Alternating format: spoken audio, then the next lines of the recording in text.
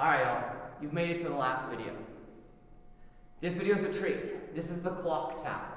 This is a pattern that is a snake variation if we really want to break it down to its heart. But to my knowledge, this is one that I came up with, so it's very important to me. So I wanted to do it last.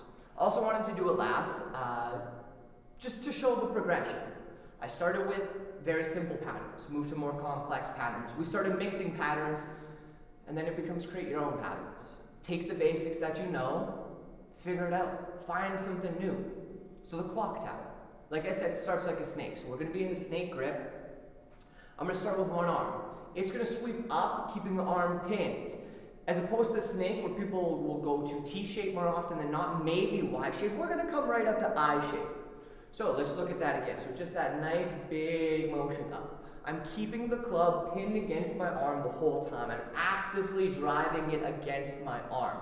Over time, it's going to activate your forearm real nice. You're going to love that. From that position, I let my elbow drop. The club is now going to hide behind my head, like so. From that position, I let the club fall into hammer grip, like so. So from the reverse position, it opens up, club comes in, drops into that hammer. So it's between thumb and index again in a smooth, controlled motion. In case you didn't hear that with me facing the other way, it's between thumb and index, it's dropping in a smooth, controlled motion. So again, I'm in my snake grip, I'm keeping the club pinned against my arm.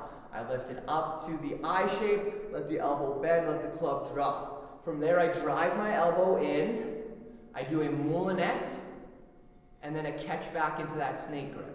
It opens up, drops, moulinette, catch to snake.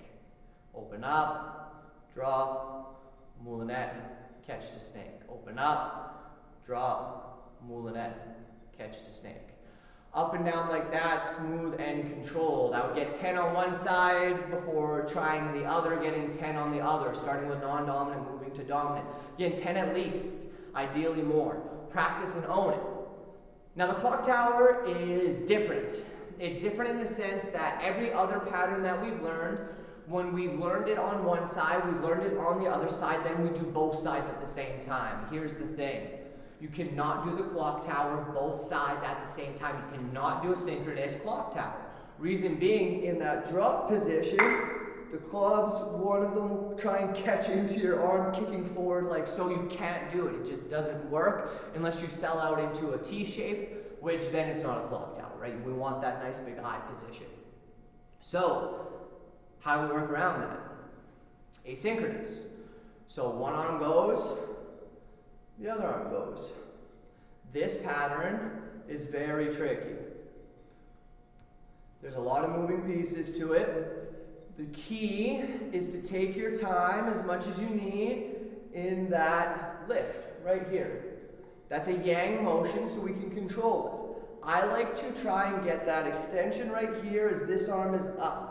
If I can have both arms extended at the same time, I find that's the most beneficial for my shoulders, opening my core and chest, but also it's the most aesthetically pleasing, and if it doesn't look cool, what's the point?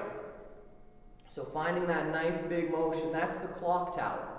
So again, at its base, it's a snake. I'm keeping it in the snake position. I'm lifting up to my I shape. I'm bending my elbow, letting the club drop, driving the elbow in, moulinette, catch to snake. It's like that double turn snake that we saw earlier. So lifting up to I, dropping in, moulinette to snake. This is the clock tower. Smooth, strong, controlled. Practicing, mastering, owning, and conquering that set. Another interesting thing about the clock tower, it can't really be done in reverse. Unfortunately, that back position where the club drops from the snake to the hammer, you can't really do that in reverse in this pattern, just how the club turns and rotates. You might be able to, but you have to really send the wrist. I can't really do it. If I'm not able to do it right now, I'm not going to try and teach you to do it. But hey, maybe in Indian clubs level 2 or level 2.5, we'll see the reverse. I'll figure it out. Maybe this is one that just doesn't work. That's the thing. Sometimes they just don't work. For example, parallel circles work. Parallel heart shapes work. But asynchronous parallel heart shapes work. But asynchronous Front circles do not. Arms would catch each other. There's a way to work around that, but that's for a different day. That's the video series. We started with the simple, we moved to the complex, we learned to stack layers, we learned to do one thing on one side, one thing on the other side, we learned synchronous, we learned asynchronous. We got supple wrists, we're dropping clubs. We got smooth, controlled patterns. We're owning our positions, we're owning our movements, we're earning our mobility, we're earning our brain food, we're earning our coordination. What next? Well, as I say, practice. Keep practicing. Only see what you can create, what you can layer up. But also keep your eye open. Watch my pages. I got some more in the works for you. Thank you very much for going through the video series. If you made it to this point, you've learned a lot. You've mobilized, you've opened up, your brain is stronger, your coordination is stronger. You can do some cool shit with the Indian clubs. You may have noticed there are comments throughout these videos. There's a section for comments at these videos. I'm going to be looking over those for the rest of forever. So comment if you have questions. Reach out to me personally if you have questions. I want to help you. I created this video series to help you, to teach you. But there's other ways I can do that. I can help you and teach you in other ways. Book me in a workshop. I'll show you a whole lot more. I'll fine-tune you. Book an online one-on-one with me.